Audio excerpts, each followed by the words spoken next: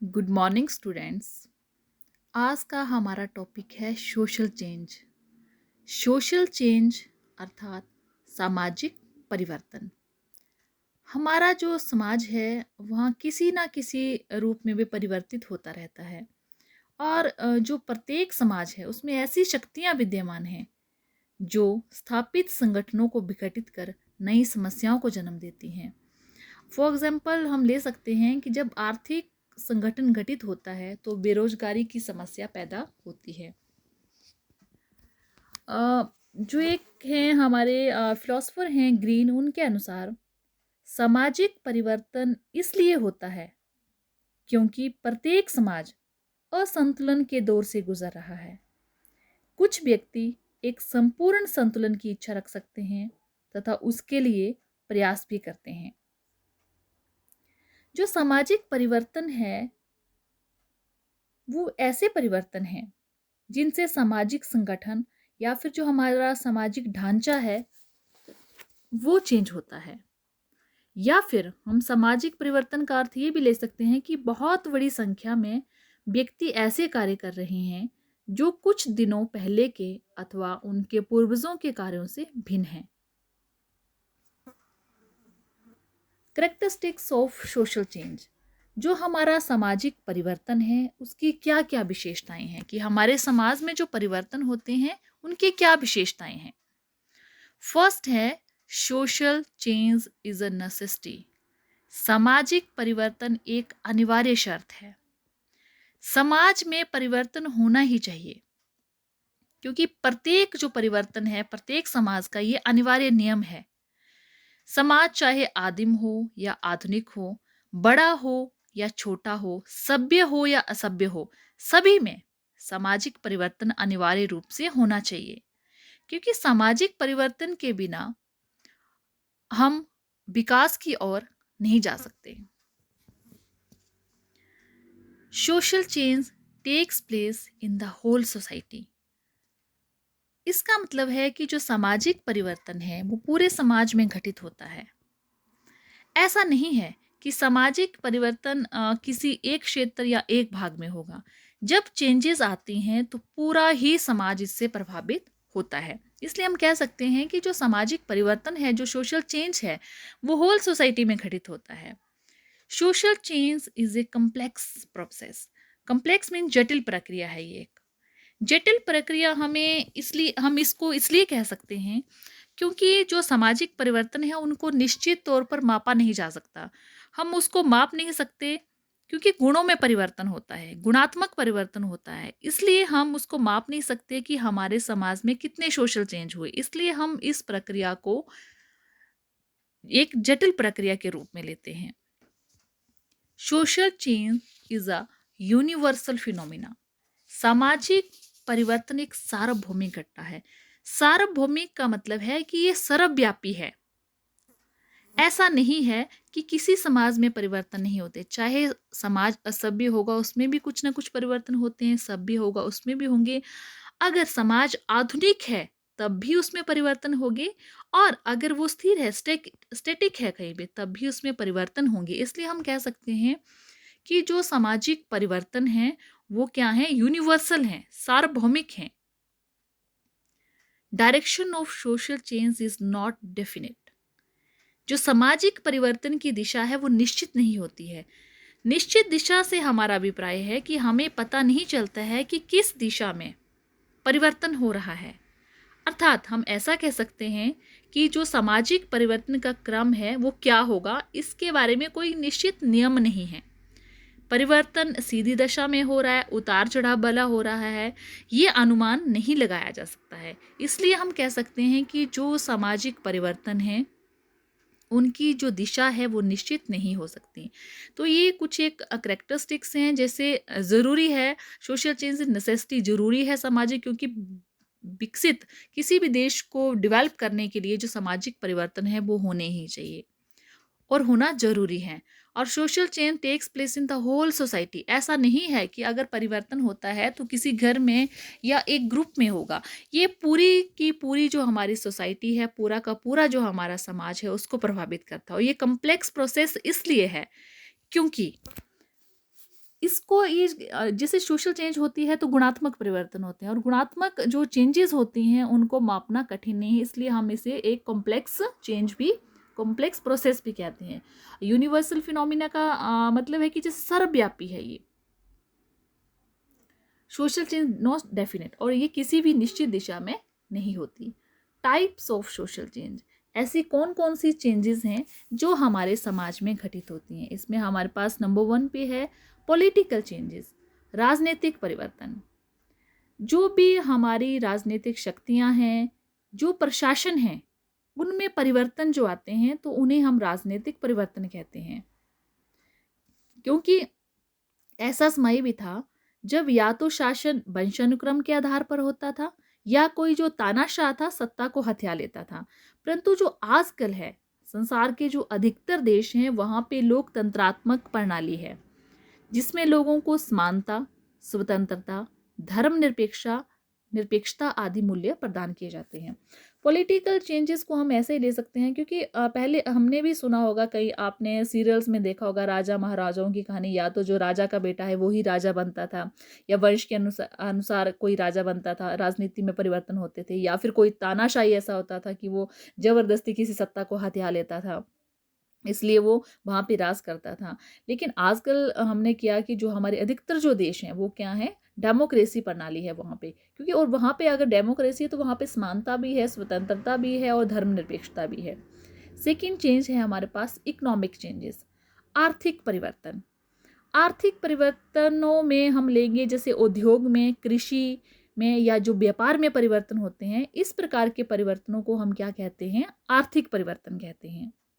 और ऐसा नहीं है, पहले हमारे पास कुटीर उद्योग थे, अब बहुत बड़ी मल्टीनेशनल कंपनीज भी हैं, जो हमारा प्रोडक्शन है वो भी बड़ा है, और निर्धनता के स्तर को काफ़ी हद तक दूर किया गया है।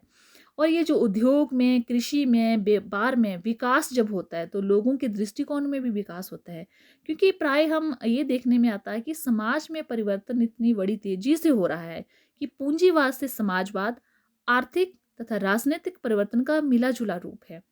लकड़ी के हल के स्थान पर ट्रैक्टर, कृषि के अधिकतर क्रियाओं में यंत्रीकरण, देश में औद्योगिक क्रांति का आना, ये सब क्या है, आर्थिक परिवर्तन है।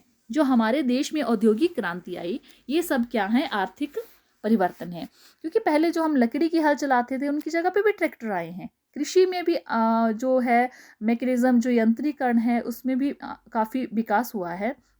इसके साथ जो जमींदारी प्रथा है उसको हटा दिया गया है, जो फालतू भूमि थी उसको किसानों में बांटा गया। तो ये जो सारे परिवर्तन हमारे समाज में देखने को मिलते हैं, ये कौन से परिवर्तन है, आर्थिक परिवर्तन है। थर्ड है हमारे पास साइंटिफिक चेंजेस, वैज्ञानिक परिवर्तन। वैज्ञानिक परिवर्तन, या फिर हम ऐसा कह सकते हैं तकनीकी प्रगति। आजकल हमने देखा है जो टेक्नोलॉजी है, जो हमारी तकनीकी है, उसमें भी परिवर्तन आ रहे हैं। और जो आज के युग को हम क्या कहते हैं, जो आधुनिक युग है उसको कहते हैं विज्ञान का युग। विज्ञान का युग क्यों कहते हैं कि जो इस टाइम जो क्षेत्र है वहाँ पे नए नए आविष्कार हुए हैं, जो विश्व की जो हमारी जीवन पद्धति है उसमें भी परिवर्तन आए हैं, और जैसे जैसे विज्ञान का विकास होता जाता है वैसे वैसे सामाजिक परिवर्तन भी आते जाते हैं। इसके साथ ही साइंटिफिक जो चेंजेस हैं हमारी, उसमें यातायात और संचार के साधनों में भी काफ़ी क्रांति आई है। जैसे यातायात और जो संचार के साधन हैं उनमें भी काफ़ी डेवलपमेंट हुई है। विश्व की एक छोटी सी इकाई बन गया है ये, और तकनीकी के थ्रू हमारे समाज में काफ़ी परिवर्तन हुए हैं और हमारा समाज भी डेवलप हुआ है। नेक्स्ट है रिलीजियस चेंजेस। धार्मिक क्षेत्र में भी महत्वपूर्ण परिवर्तन हो रहे हैं। इसका हम एक एग्जांपल लेते हैं, जैसे बौद्ध धर्म का जन्म भारत में हुआ है। आज संसार का ईसाई धर्म के पश्चात दूसरा सबसे अधिक धर्म माना जाने वाला धर्म है ये। परंतु भारत में इस धर्म को मानने के लिए कुछ गिने चुने व्यक्ति ही रह गए हैं। तो जो हैं रिलीजियस हैं, जो धार्मिक चेंजेस हैं वो भी हुई हैं। मोरल चेंजेस, सबसे बड़ी जो चेंज है वो है नैतिक परिवर्तन। नैतिक में जो मॉरल वैल्यूज है, एक व्यक्ति में मानवता का होना बहुत ही ज़्यादा ज़रूरी है। अच्छा क्या है, बुरा क्या है, ठीक क्या है, गलत क्या है, इन धारणाओं के बारे में व्यक्तियों को पता होना चाहिए। हम इसका एक एग्जाम्पल लेते हैं, जैसे सती प्रथा।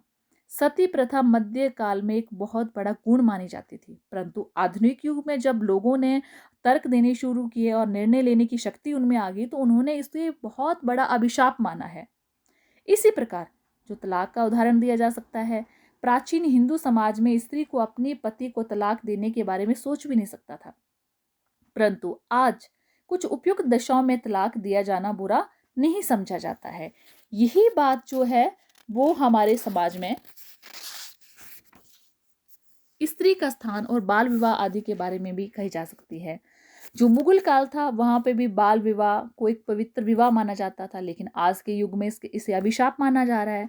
आधुनिक धारणा के अनुसार किसी बालिका का तब तक विवाह नहीं करना चाहिए जब तक वे स्वावलंबी ना हो जाए। इसी कारण परिवार नियोजन और संयुक्त परिवारों के बारे में भी लोगों की धारणाएं बदल रही हैं। पहले जो लोग थे वो जो हमारे संयुक्त परिवार है उनको ये देते थे, प्रेफरेंस देते थे, लेकिन अभी है ये सारे जो परिवर्तन है इन्होंने हमारे समाज को बिल्कुल चेंज कर दिया है। Factors bringing social changes in India. Bharat में सामाजिक परिवर्तन लाने वाले कारक, जो हमारे भारत में सामाजिक परिवर्तन हुए हैं उनके क्या क्या कारण हैं। फर्स्ट है हमारे पास हिंदुइज्म, हिंदूकरण। आजकल भारत में बहुत सी जनजाति के लोग अपने आप को हिंदू ढांचे में सम्मिलित करने का प्रयास कर रहे हैं। जैसे भील जाति हिंदू बन गई है, किंतु अब भी उनको नीच दृष्टि से देखा जाता है। तो ये जो हैं कुछ एक फैक्टर्स हैं जो हमारे सामाजिक परिवर्तनों को प्रभावित करते हैं। सेकंड है इंडियनाइजेशन, भारतीयकरण। भारतीयकरण जो है इससे अभिप्राय हमारा उस क्रिया से है जिसमें विदेशी धर्मों के लोग भारत के धर्मों की संस्कृति आदि की नकल करने का प्रयत्न करते हैं। जैसे दक्षिण भारत के चर्चों में नन्स भारतीय पहनावा जैसे साड़ी ब्लाउज आदि पहनने लगे हैं। उनकी पूजा में भी जो भारतीयकरण की जो झलक है वो देखने को मिलती है। थर्ड है हमारे पास ऑब्जर्वेशन, निरीक्षण। जो निरीक्षण है उसका जो वास्तविक अर्थ है वो है तार्किक, तार्किक। ठीक है, इसमें हम जो हमारी धार्मिक निष्पक्षता है, जो हमारा विस्तृत दृष्टिकोण है, जो हमारी अरूढ़ितावादिता है, सभी को सम्मिलित किया गया है। रूढ़िवादी जो ब्राह्मण स्त्रियां हैं छुआछूत के नियमों का पालन करती हैं, लेकिन वे जब माता पिता सास ससुर से अलग हो जाती हैं तो उन नियमों जैसे नामकरण चोला आदि को छोड़ देती हैं। ये सारे है ऑब्जर्वेशन। और मेन इसका जो शाब्दिक अर्थ है वो वास्तविक जो अर्थ है वो है तार्किक। नेशनलिटी, राष्ट्रीयता। राष्ट्रीयता का अर्थ है कि जब किसी राष्ट्र के नागरिक स्थान, वेशभूषा, खान, रहन सहन, भाषा, साहित्य, जाति, धर्म आदि में अंतर होते हुए अपने आप को समझते हैं और राष्ट्रहित के आगे अपने व्यक्तित्व और सामूहिक हितों को त्याग कर देते हैं, तो इसी भावना को क्या कहा जाता है? राष्ट्रीयता की भावना। और जो राष्ट्रीयता की भावना है वो हमारे समाज में जो परिवर्तन है जो इंडिया में उसका एक मुख्य कारक है। इंडस्ट्रियलाइजेशन, इंडस्ट्रियलाइजेशन मीन्स औद्योगिकरण। औद्योगिकरण से हमारा अभिप्राय है जो विज्ञान है और जो तकनीकी विकास हो रहा है वो औद्योगिकरण। और औद्योगिकरण का जो हमारे सामाजिक जो हमारी व्यवस्था है, जो हमारा सोशल स्ट्रक्चर है उस पर काफी प्रभाव पड़ा है। आज जो हमारा देश है कृषि प्रधान देश से एक औद्योगिक प्रधान देश बनने की दिशा की ओर जा रहा है और गांव से नगरों की ओर जनसंख्या का प्रवास होता जा रहा है, जिससे जो हमारे सामाजिक ढांचे हैं उसमें काफी परिवर्तन हुआ है। तो आज हमने डिस्कस किया कि जो सामाजिक परिवर्तन है वो क्या है, उनकी विशेषताएं क्या हैं, विशेषताओं के साथ ऐसे कौन कौन से फैक्टर्स हैं इंडिया में जो सामाजिक जो हमारे परिवर्तन है उनको प्रभावित करते हैं। साथ में हमने जो सोशल चेंज के टाइप्स के बारे में भी पढ़ा। Thank you.